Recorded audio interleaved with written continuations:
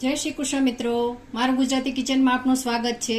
Friends, મારા ઘરમાં મારા દાદીમાં વર્ષોથી જે શાક બનાવતા હતા એ હું તમને બતાવું છું। શાક એકદમ સરસ ટેસ્ટી બને છે અને ચોમાસામાં જે બધાને અપચાનીને પેટમાં દુખાવાની સમસ્યા હોય છે ક્યારેય નહીં થાય। જો તમે 15 દિવસે એક વખત આ શાક ખાઈ લેશો તો ક્યારેય એ સમસ્યા નહીં થાય। અને એ શાક છે આ અજમાના પાન। અત્યારે સરસ બધાના ઘરે ઘરે ભજીયા તો બનતા હોય છે, પરંતુ મારા ઘરમાં વર્ષોથી મારા દાદીમાં આનું શાક પણ ખૂબ સારી રીતે બનાવતા। તો ચાલો, આ પાંદ આપણે અજમાના લીધેલા છે, આશરે 50 ગ્રામ જેટલા પાંદ લીધેલા છે। આને પહેલા તો આપણે વોશ કરી લઈએ, પછી આગળની પ્રોસેસ કરીએ। અજમાને આપણે ધોઈ અને સરસ રીતે કોરા કરી લીધેલા છે અને અજમાના પાન તમે જોઈ શકો છો એકદમ ફ્રેશ છે, મારા ગાર્ડનમાંથી જ તોડેલા છે, એટલે એકદમ સરસ એવા ફ્રેશ છે। તો આવી રીતે આપણે બધા જ અજમાને પહેલા તો ગોઠવી દઈશું અને કાપી લઈશું। જુઓ, ગોઠવતા જવાનો છે અને સારી રીતે કાપી લેવાના છે। આ છે એને આપણે નીકાળી દઈશું અને બસ તમને ગમે તો આવી લાંબી ચિપ્સમાં તમારે કાપી લેવાના છે, અથવા તો તમે આવી રીતે નાના ટુકડા પણ કરી શકો છો। તો આવી રીતે હું બધા જ અજમાને કાપી અને તૈયાર કરી લઉં। જુઓ, આપણા અજમા આપણે સમારી અને તૈયાર કરી લીધેલા છે અને આપણે લાંબી પટ્ટીમાં જ કાપેલા છે। તો આ તૈયાર થઈ ગયા છે। હવે અહીંયા ગેસ ઉપર પેનમાં મેં 2 ટેબલસ્પૂન જેટલું તેલ લઈ લીધેલું છે। મારા સનને તેલવાળું શાક ભાવે છે એટલા માટે હું આ તેલ લઉં છું। ઘીમાં ખૂબ જ સરસ ટેસ્ટ આવે છે। જો તમને ગમતું હોય તો ચોક્કસથી તમે ઘી જ લેજો। અને આ શાક છે એ નાનાથી માંડીને મોટા બધા જ ખાશે, એટલું સરસ ટેસ્ટી બનશે। અને મારા બાળકને તો નાનપણથી હું આપું છું એટલે એને તો ખૂબ જ ભાવે છે, એટલે મારો અનુભવ એવું કહે છે કે આ શાક બધાને ખૂબ જ ભાવશે। તો આ તેલ ગરમ થાય પછી આગળની પ્રોસેસ કરીએ। ઓઇલ ગરમ થઈ ગયું છે। 1/4 ટીસ્પૂન જેટલું જીરું એડ કરીશું, 1/4 ટીસ્પૂન જેટલા આખા ધાણા અને વરિયાળી છે એ કાપેલા છે એ એડ કરીશું।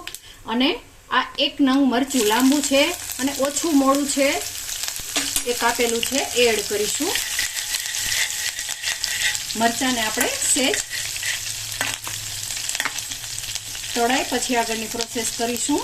જુઓ, આવી જ રીતે આપણે 10 સેકન્ડ જેટલું હલાવીશું એટલે ખૂબ જ સરસ તૈયાર થઈ જશે। હવે આદુ છે એ ઓપ્શનલ છે, ચપટી જેટલું આપણે આદુ ખમણેલું છે એ એડ કરીશું અને સીધું હલાવીશું જેથી કરીને આદુ છે એ ચોંટશે નહીં। ચપટી જેટલી હિંગ એડ કરીશું અને થોડી એવી હળદર પણ એડ કરી દઈશું। જુઓ, એકદમ સરસ એવું આ તૈયાર થઈ ગયું છે। વિડીયો ક્યાંય બને ત્યાં સુધી કટ નહીં કરું। હવે આપણે આ ટમેટા છે અને આ કેપ્સિકમ છે, કેપ્સિકમ પણ મેં એક નાનું લીધેલું છે જે આશરે 50 ગ્રામની આસપાસ હશે, બંનેને સાથે જ એડ કરી દઈશું। તમારી ઘરે કેપ્સિકમનો ઉપયોગ ન થતો હોય તો જે જાડા મરચાં આવે છે, દરવાળા મરચાં હોય છે, એનો તમે ઉપયોગ કરી શકો છો। બસ આને પહેલા તો આમ જ હલાવી લઈએ અને 1 મિનિટ માટે રહેવા દઈશું।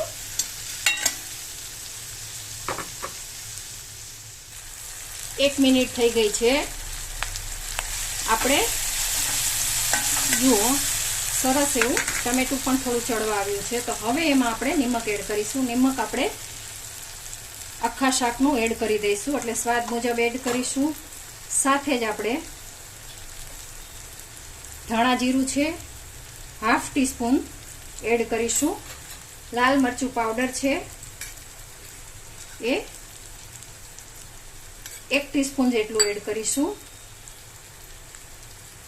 અને ગરમ મસાલો હું ચપટી જેટલો એડ કરું છું। તમને ન ગમે તો તમે અવોઇડ પણ કરી શકો છો, ગરમ મસાલાની કોઈ જરૂર રહેતી નથી, પરંતુ મારા સનને એ રીતનું ગમે છે એટલે હું એડ કરું છું। જુઓ, હવે આને આપણે સારી રીતે મિક્સ કરી દઈશું અને 2 મિનિટ માટે પકવવાનું છે।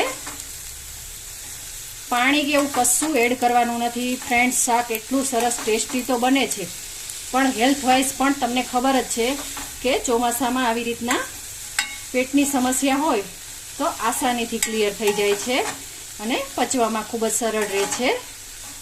આને આપણે 2 મિનિટ થવા દઈશું. 2 મિનિટ થઈ ગઈ છે. તો હવે એમાં આપણે આ 1 ચમચી જેટલું દહીં એડ કરીશું. ફ્રેન્ડ્સ, એકદમ થીક દહીં છે અને ઘરનું મોળું દહીં છે.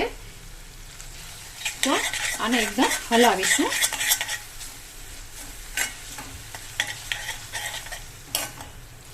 જુઓ, એકદમ સરસ એવું આપણું આ શાક તૈયાર થઈ રહ્યું છે અને એટલું ખરેખર ટેસ્ટી બને છે કે તમે એક વખત તમારા ઘરે ચોક્કસથી બનાવજો ફ્રેન્ડ્સ. જુઓ, વાતોમાં દહીં પણ સારી રીતે મિક્સ થઈ ગયું છે. તો હવે એમાં આપણે 1 ટીસ્પૂન જેટલો શેકેલો ચણાનો લોટ એડ કર્યો છે. તમારી પાસે ગાંઠિયાનો ભૂકો હોય તો તમે એ પણ એડ કરી શકો છો. અને આને આપણે ફરીથી ચણાનો લોટ પાકે એટલી વાર રહેવા દઈશું. અને જોઈ શકો છો ચપટી જેટલી હું ખાંડ એડ કરું છું. એ પણ ઓપ્શનલ છે. તો આને આપણે સહેજ થવા દઈએ. જુઓ ફ્રેન્ડ્સ, દહીં નાખ્યું છે એટલે લીંબુની જરૂર નથી. છતાંય તમને ગમે તો તમે ઉપર 1/2 ટીસ્પૂન જેટલું લીંબુ છે એને નીચવીને નાખી શકો છો. અને તમે જોઈ શકો છો શાક આપણું એકદમ સરસ એવું તૈયાર થયું છે.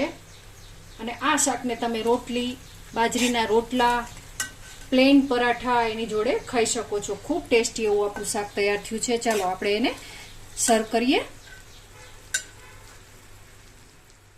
તો તૈયાર છે આપણું આ ખૂબ જ હેલ્ધી અને ટેસ્ટી એવું અજમા અને કેપ્સિકમનું શાક.